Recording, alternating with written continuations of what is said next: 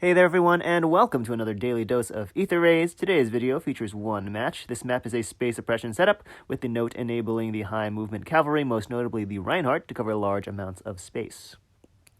In terms of possible approach options, I see a few. One big one would be to just go up and attack the Note or Erica. Both of them are very good Wings of Mercy enablers, by which I mean you can attack one of them and get into Wings of Mercy range and start a warp chain, possibly blitzing the enemy team's right-hand 6 members and leaving Edelgard for later. If you're not equipped to do that, I think the next best option would probably be to take out the Fae statue and place a unit there. Ideally, you would also break the Dark Shrine. That is going to draw attacks from Reinhardt and Sigurd. You are going to be safe from Erica if you can place whoever Note is targeting somewhere on the right-hand side. That's going to draw Note straight down, and there will be no way for Eldigan to reach Erica after she moves. There is, however, a danger that Hel will be able to reach your unit after getting a refresh from Eldigan. It kind of depends on the enemy's slot order.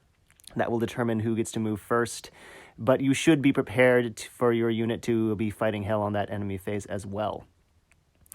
I would say you should probably avoid trying to go after the fallen Edelgard. There are a lot of ways that could go wrong. She does not carry her armored stride, so it's easier to approach her.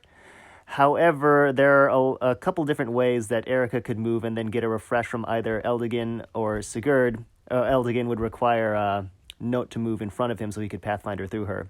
But there are ways for Erica to get a refresh, and if she does that, bad things are probably going to happen to you. So I would try to avoid that.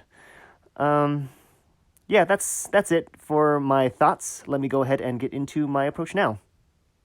I deployed the Caeda raiding party for this match. I needed to take a turn of setup.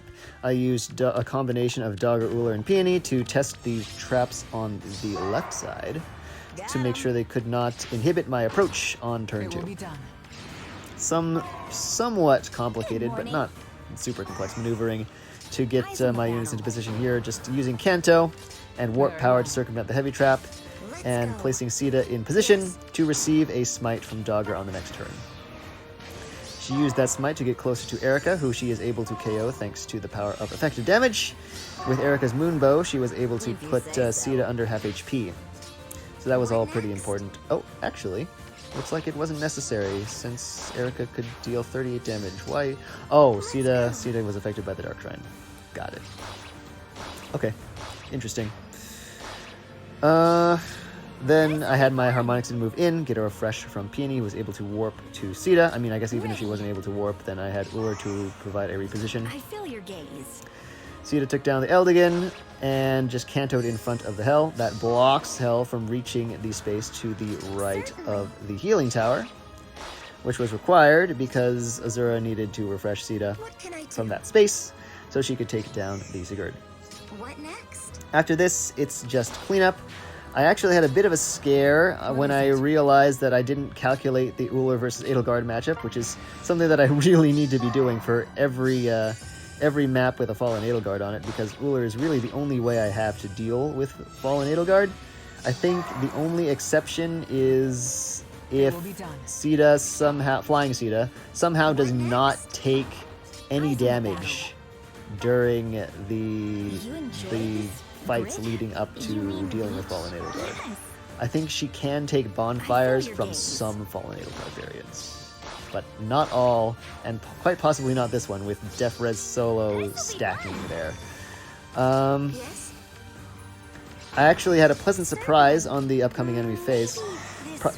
Enemy targeting is dependent both on the amount of damage one unit can deal to another, and also on how far away they are from the units they are potentially dealing damage to.